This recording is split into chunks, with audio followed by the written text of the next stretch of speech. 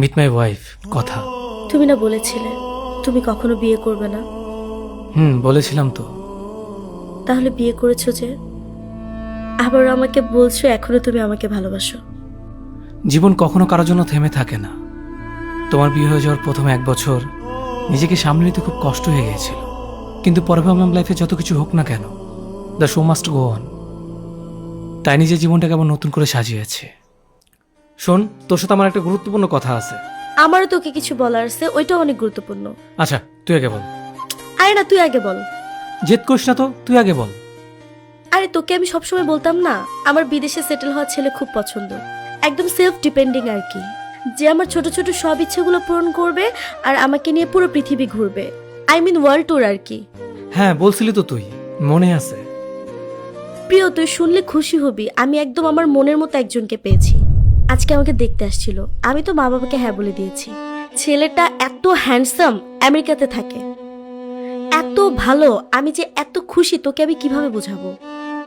এই দেখ, আমার খুশির কথা বলতে বলতে তোর গুরুত্বপূর্ণ কথাই তো আমি ভুলে গেছি।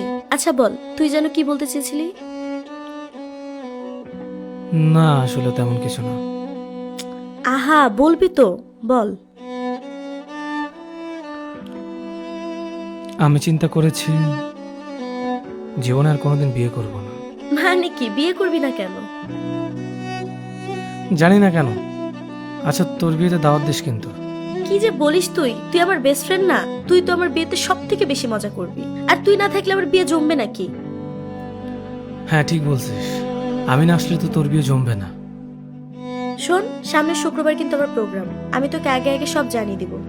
আমার এখন অনেক কাজ বাকি, শপিং করতে হবে, আমার যে কত স্বপ্ন এই বিয়ে নিয়ে, তুই তো সবই জানিস। আচ্ছা ঠিক আছে রে, এখন তাহলে যাই। ঠিক আছে, ভালো থাকিস। ঠিক আছে, টাটা।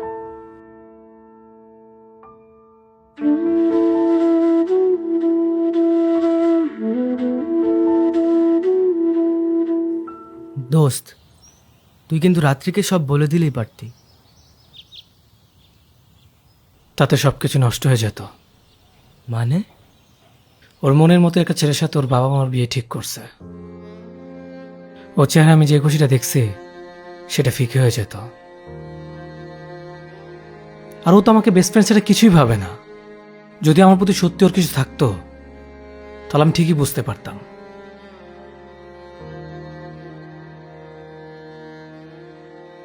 আমি ওর মধ্যে তেমন কিছুই দেখি নাই। তাই বলে নিজের ভালোবাসার মানুষকে ভেবে অন্য কারো হতে দেখবি? কোথায় লেখা আছে যে ভালোবাসতেই ভালোবাসার মানুষটাকে পেতে হবে?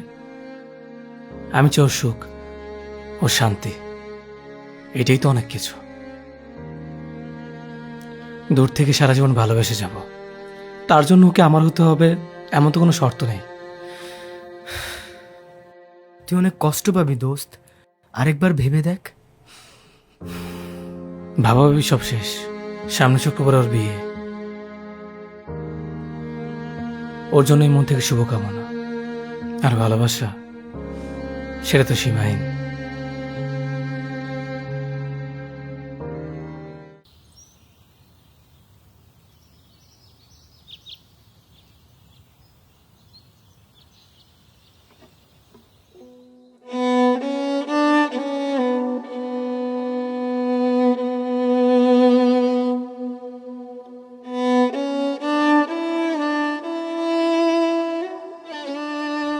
চিনতে পেরেছো?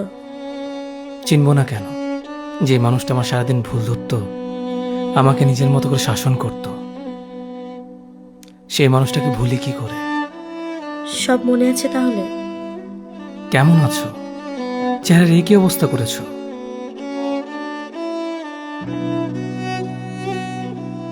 আছি, আমার ভাগ্য নিয়ে। কি হয়েছে বলো তো? তোমাকে দেখে তো স্বাভাবিক মনে হচ্ছে না। বাদ দাও, তুমি তো আমার বিয়েতেও আসলে না। আমি খুব কষ্ট পেয়েছি, তোমাকে কত মেসেজ দিয়েছি, কল দিয়েছি, আমাকে একটাবার উইশও করলে না। হ্যাঁ, আসি নাই, আচ্ছা সাহস হয় নাই। হ্যাঁ, তখন সেটা বুঝতাম না, খুব রাগ অভিমান জমেছিল, কিন্তু যখন সত্যিটা জানলাম তখন এতটা আফসোস হয়েছিল যে। তোমার সংসার কেমন চলছে? তোমার কি পুরো পৃথিবী ঘোরা শেষ? আমার বিয়ের পর থেকে এখন পর্যন্ত আমার হাজব্যান্ড একটা বারের জন্য আমাকে অনুভব করে নাই যে সে আমাকে ভালোবাসে। প্রতিনিয়ত বাসায় নেশা করে এসে আমার গায়ে হাত তোলে। আর আমেরিকায় থাকার পুরো ব্যাপারটাই মিথ্যা ছিল।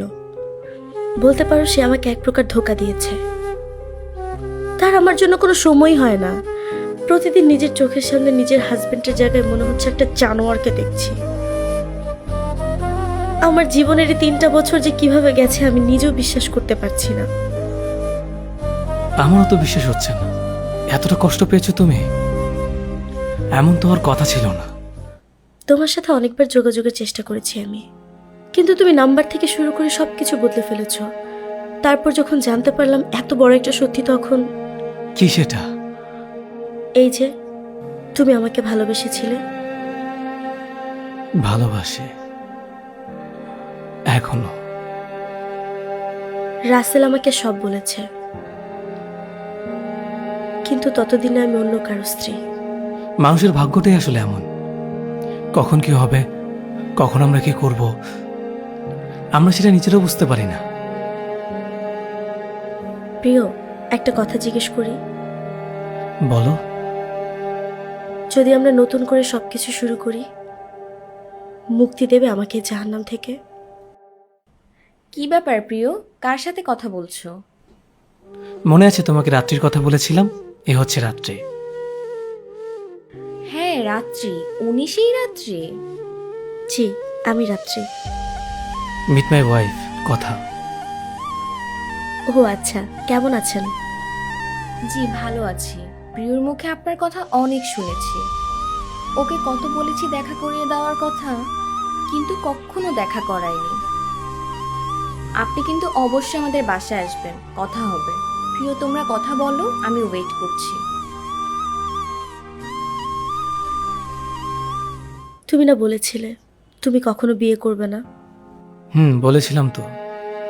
তাহলে বিয়ে করেছো যে? আবার আমাকে বলছো এখনো তুমি আমাকে ভালোবাসো। জীবন কখনো কারোর জন্য থেমে থাকে না। তোমার বিয়ে হয়ে যাওয়ার প্রথম 1 বছর নিজেকে সামলে নিতে খুব কষ্ট হয়ে গিয়েছিল, কিন্তু পরে ভাবলাম লাইফে যত কিছু হোক না কেন, the show must go on. তাই নিজের জীবনটাকে আবার নতুন করে সাজিয়েছি। কথা কিন্তু জানে আমি তোমাকে অনেক ভালোবাসি, আর তোমার মতো করে কখনো কাউকে আর ভালোবাসতে পারবো না। কথা জেনেও তোমাকে কিছু বলেনি? সম্মান জানিয়েছে আমার ভালোবাসার প্রতি, আমার অনুভূতির প্রতি। এই জন্যই তো সে আজ আমার সহধর্মিনী। কি লাভ এ ভালোবাসার, যে ভালোবাসার কোনো শেষ নাই, কোনো চাওয়া নাই? ওয়ান সাইডেড লাভের অনুভূতি কি জানো? এই ভালোবাসা শুধু আমার। এই ভালোবাসা অন্য কোনো চাওয়া পাওয়া নেই, আর কারো অধিকারও নেই। এই ভালোবাসার অধিকার শুধুমাত্র আমার। আমাকে যখন ভালোবাসো, আমাকে এই জাহান্নাম থেকে বের করবে না প্রিয়? তোমার সাথে যেটা হয়েছে সেটা তোমার নিয়তি, আর সেটা তুমি নিজেই চুজ করছো। আর আমি চাই না আবেগকে আঁকড়ে ধরে বাস্তবতাকে মাটি চাপা দিয়ে তোমাকে আমার জীবনে ফিরে পেতে। কারো জীবন কারোর জন্য থেমে থাকে না। জীবনের গতি এমনই। ভালো থেকো। কথা বলা আমার জন্য ওয়েট করছে। আজ আসি।